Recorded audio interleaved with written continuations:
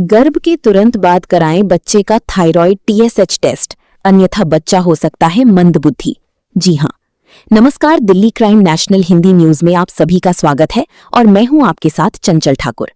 दर्शकों, हम आपको बता दें कि वयस्कों में थायराइड हार्मोन की कमी मुख्य रूप से ऊर्जा और मेटाबॉलिज्म को प्रभावित करती है, लेकिन नवजात शिशुओं में इसका असर कहीं ज्यादा गंभीर होता है क्योंकि उनका शरीर और मस्तिष्क तेजी से विकसित हो रहा होता है।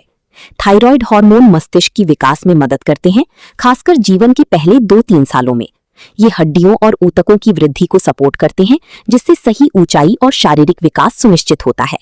ये मेटाबॉलिज्म को नियंत्रित करते हैं, जिससे बच्चा वजन बढ़ा पाता है और सक्रिय रहता है। असमय हार्मोन की कमी का समय पर इलाज न होने पर स्थायी विकास में देरी हो सकती है। कंजेनिटल हाइपोथायरॉयडिज्म के कारण ऐसे कई कारण हैं जिनकी वजह से बच्चे में कंजेनिटल हाइपोथायरॉयडिज्म हो सकता है और कई बार इसका सटीक कारण तुरंत पता नहीं चल पाता। फिर भी संभावित कारणों को समझना माता-पिता और डॉक्टरों को बेहतर तरीके से इस स्थिति को संभालने में मदद करता है। Delhi crime national Hindi news के लिए मेरठ से हमारी संवाददाता शैलेंद्र सिंह की खास रिपोर्ट।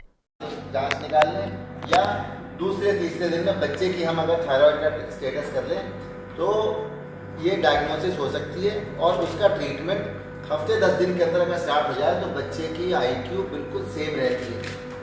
अगर ये इलाज 2 हफ्ता या मैक्सिमम 4 हफ्ते से लेट हो जाए तो उसकी IQ कम होती चली जाती है और हम जितना लेट करते हैं उतनी लेट इसकी उतनी कमज़ोर उसकी IQ रहती है।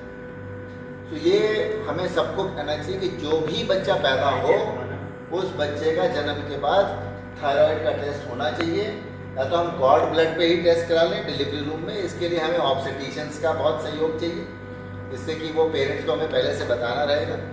और सरकार से भी हमारी इसके ऊपर रहेगी कि अभी कंजेनिटल हाइपोथायरॉयडिज्म की स्क्रीनिंग मेडिकल कॉलेज में भी होती है, लेकिन बहुत रेगुलर बेसिस पे नहीं आती। ऑलमोस्ट मैंने मालूम किया तो 50% ही बच्चे स्क्रीन हो पा रहे होते हैं। अगर इसको हमें बढ़ा के 100% करने की तरफ का टारगेट रखना चाहिए। तो अगले साल जब हम इस पे तो मेरी आशा रहेगी कि उत्तर प्रदेश जैसे इसमें जो कि इतना प्रोग्रेसिव प्रगतिशील है, हमारे यहाँ पे ये स्क्रीनिंग जो है हाइपोथायराइड की हम 100% करने के इसके ऊपर प्रयास करेंगे। इसके साथ सरकार भी हमारे साथ है, तो हमें भी प्राइवेट हॉस्पिटलाइजेशन भी सारे हमारे इसी तरह से रहने चाहिए। थायराइडिज्म डे जो है बच्चों में तो बहुत कैटास्ट्रोफिक होता है उससे, मतलब बच्चों में अगर हो जाए तो बच्चों को मंदबुद्धि हो जाएगा। इवन बड़ों में भी बहुत प्रॉब्लम आती है हाइपोथायरॉयडिज्म से ना। हमारे कई पेशेंट ऐसे आते हैं जिनको हाइपोथायरॉयडिज्म की वजह से किडनी इफेक्ट हो जाती है और जब हाइपोथायरॉयडिज्म करेक्ट करते हैं किडनी भी ठीक हो जाती है।